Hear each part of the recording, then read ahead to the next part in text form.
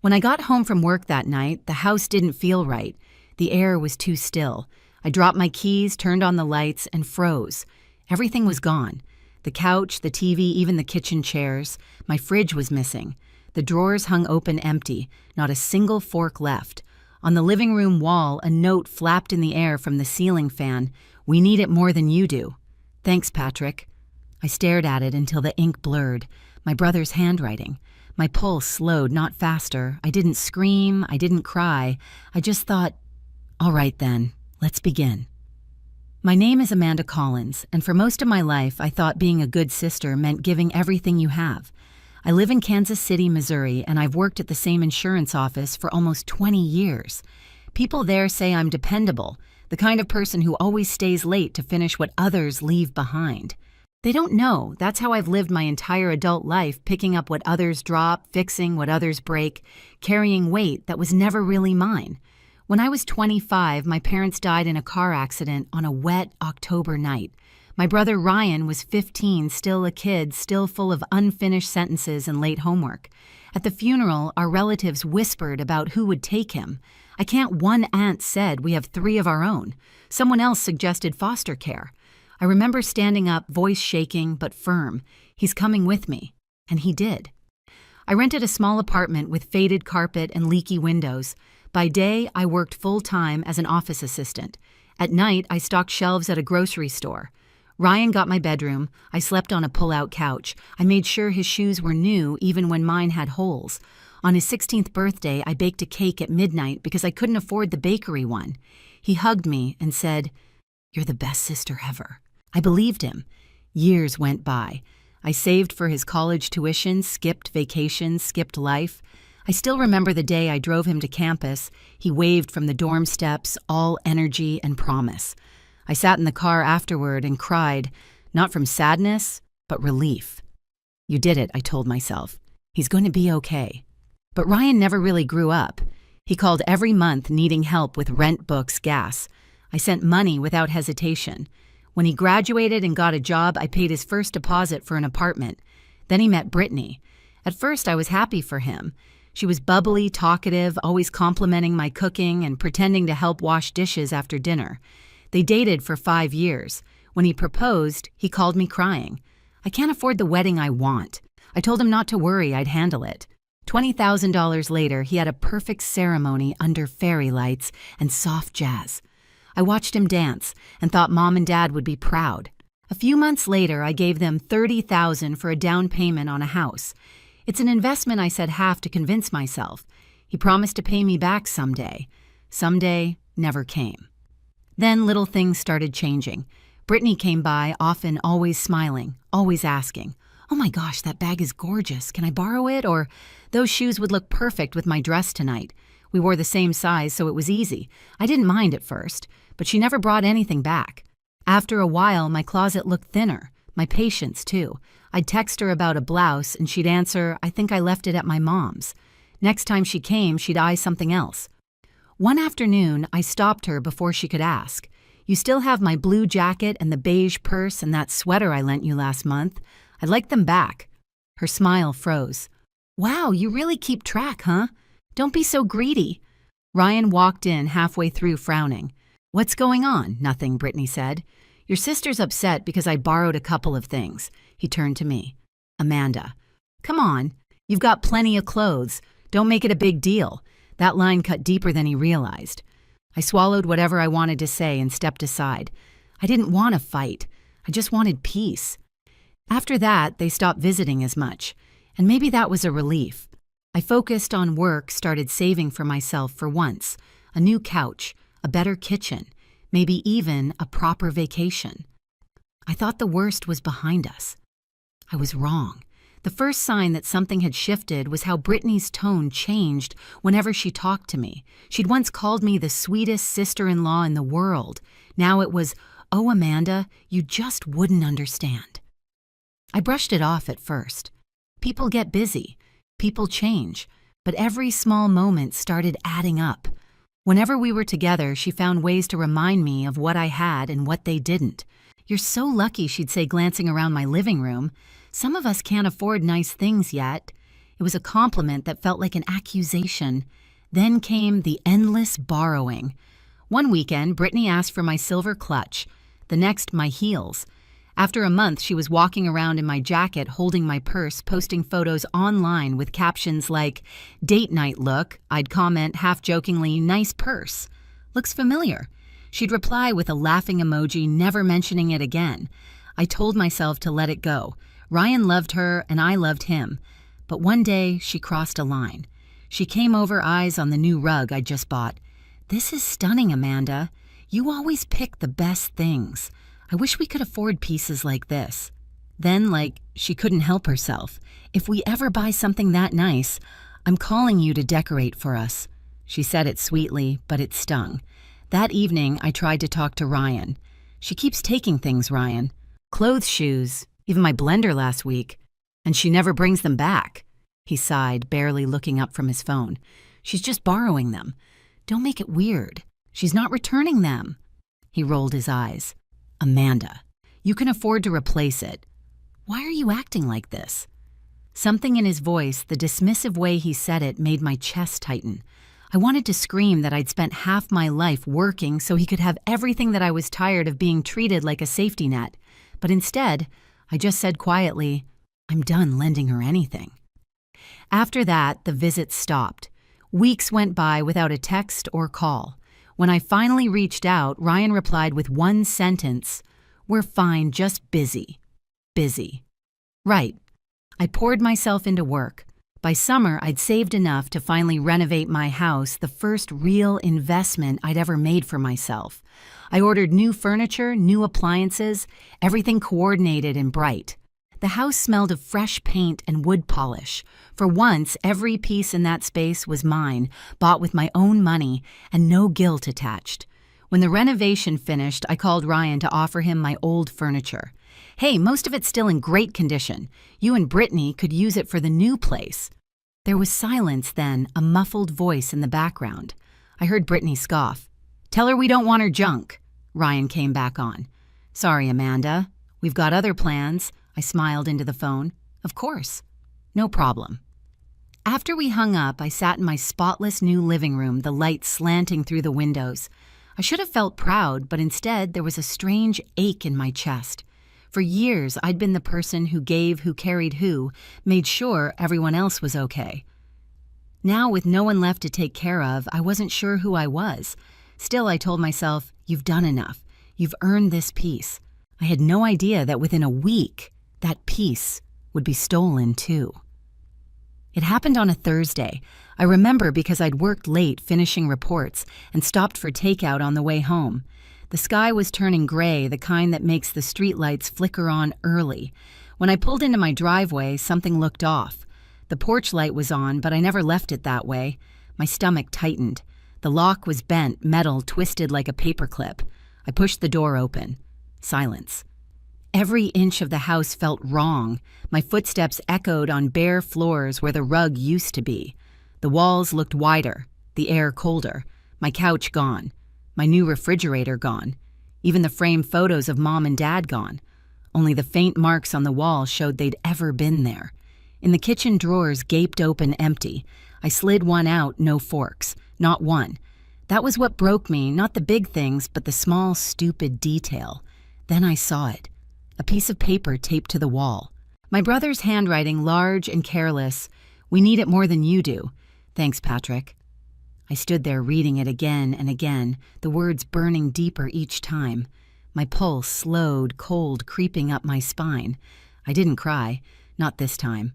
A knock startled me. It was Mrs. Henderson from across the street holding her phone. "Honey, I saw them earlier," she said, voice trembling. "A truck backed up to your house, your brother driving. I thought you'd told him to take the furniture." I forced a breath. "You didn't do anything wrong." She hesitated. "I have a camera facing your driveway. It caught everything. Do you want the footage?" "Yes," I said, calm and steady. "Please." When she left, I sat on the bare floor and turned the note over in my hands. My entire world had just been stripped clean, piece by the boy I once raised like my own son. And somehow, under the shock, one clear thought formed. They took everything I had. Now I'll take back everything they think I owe them. The 3 days passed slower than I thought they would. Day 1, nothing. Day 2, I scrolled through Brittany's social media and saw photos of her newly furnished home. My couch, my table, my TV glowing in the background. The caption read, "Finally feeling settled." Day 3, I waited. Nothing again. When the sun rose on the 4th morning, I called David. "They've made their choice," I said. That afternoon, 2 police cars pulled up to Ryan's driveway. I sat in my car across the street, watching from behind my sunglasses. Brittany rushed out in her robe, shouting, "You can't do this. This is family." Ryan looked stunned, like he hadn't believed I'd actually go through with it. I didn't move. I didn't wave. I watched as they argued with the officers, then got into the cruiser for questioning. An hour later, my phone rang. Ryan's name flashed across the screen. I answered. His voice cracked. "Amanda, what did you do? The police are here. They're saying we stole from you. You did," I said evenly. "You had 3 days. Come on, sis. We were going to return it." "After remodeling your kitchen?" I asked. I saw the photos, Ryan. He fell silent. Then Brittany's voice came through shrill and angry. "You think this makes you the victim? You have money, we don't. We just needed help." "You broke into my house," I said. "That's not help. Don't be dramatic," she snapped. "We borrowed." "You'll get everything back." "Good," I replied. "The police will make sure of it." And I hung up. That evening, David called. "They're being detained for questioning," he said. "The officers want you at the station tomorrow." When I arrived, the air smelled of coffee and metal. Ryan and Brittany sat at a small table, both pale eyes red. The officer looked from them to me. "They're asking if you'll consider dropping the charges," he said. Ryan stood up. "Please, Amanda. We made a mistake. We'll bring it all back today." I looked at him, this man I'd once carried through grief, who I'd fed and clothed and believed in. "No," I said quietly. "You didn't make a mistake. You made a choice." Brittany started crying. "You're ruining our lives." "You did that yourselves," I said. Voice steady. "Actions have consequences." The officer nodded slightly, signaling for me to step outside. David followed, his hand light on my shoulder. "You sure you don't want to settle privately?" I turned to him. "If I back down now, I'll be teaching them they can steal from me forever." The next week was a blur of paperwork, statements, and hearings. The video from Mrs. Henderson's camera became the centerpiece of the case. It showed Ryan unlocking my door, loading the truck, smiling as he carried out boxes. Brittany directing him from the porch, her phone out, filming like it was a home project. At the trial, they sat beside their lawyer, hands clasped like scared children. The prosecutor laid out every piece of evidence, photos, receipts, bank transfers, even the note taped to my wall. When the note appeared on the screen, the courtroom went silent. Those words, "We need it more than you do." "Thanks, Patrick," glared in black ink. The judge leaned forward. "This is theft," he said. "Not misunderstanding, not family dispute. Theft." He sentenced them both to probation, fined them $1,500 each, and ordered them to return everything they'd taken, plus pay for damages, the broken lock, the scratched floor, the dented door frame. Brittany sobbed. Ryan stared at the table, eyes glassy.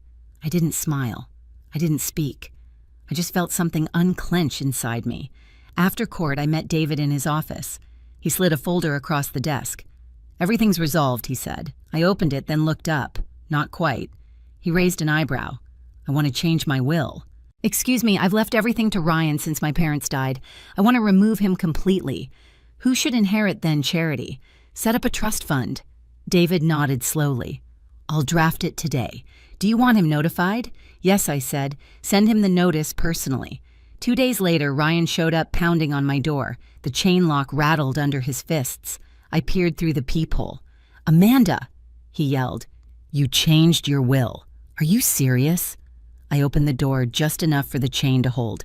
"Yes, I'm your only family. Everything should go to me. You stole from me, Ryan. Why would I leave you anything?" He gestured wildly. "We apologized." "No," I said. "You cried because you got caught." Brittany stepped forward, face blotchy, tears streaking her makeup. "I'm pregnant. We're having a baby." Don't you care about your niece or nephew? Congratulations, I said flatly. But that doesn't change what you did. You're heartless, she spat. We needed help, and I helped. I snapped, my voice rising for the first time. For 17 years, I paid for everything, your clothes, your food, your car, your wedding, your house. I gave you all I had, and you broke into my home and took what little was left. You call that family? Ryan's face twisted with anger. You were supposed to take care of me. That's your job. My job ended when you turned 18, I said, voice shaking. Everything after that was love, and you used it like a credit card with no limit. He glared, breathing hard. Change it back. I stepped closer, the chain still between us. No. Brittany's voice turned desperate. We're broke, Amanda. Please. I'm done, I said quietly. Don't come back here again. If you do, I'll get a restraining order. They stood there stunned. Then Ryan muttered, You'll regret this, and pulled her away. When their car disappeared, I closed the door and leaned against it. The silence felt different this time, not empty, but safe. I walked through my house. The furniture had been returned, the appliances reinstalled. Everything looked exactly as before, but it didn't feel the same. It finally felt like mine. That night, I sat on the couch they'd once stolen and looked around the living room. The lights glowed soft and warm.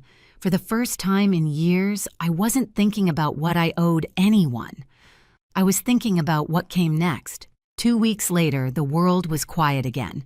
The police paperwork was done, the court fees paid, and Ryan's number blocked. I hadn't realized how peaceful silence could be until I stopped hearing my phone buzz with his name. One afternoon, someone knocked on my door. I looked through the peephole, Ryan and Brittany again. My stomach dropped, but I opened the door halfway, chain still locked. Brittany's eyes were swollen. Please, she said, voice cracking. We've lost everything. We're sorry. We just want to make things right.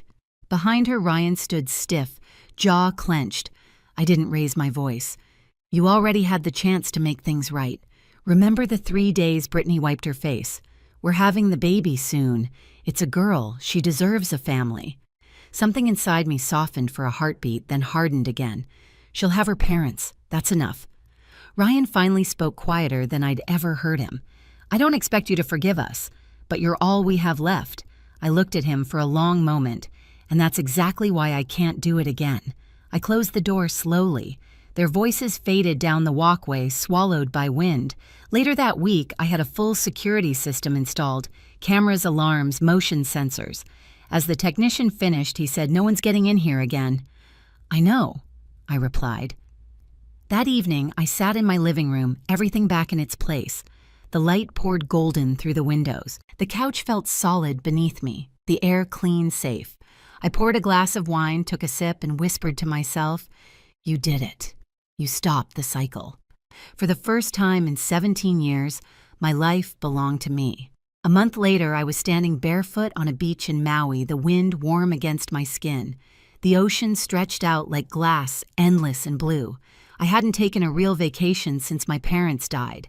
Now I finally had nothing holding me back. I watched the waves slide over the sand and thought about that empty house, the broken lock, the note taped to my wall.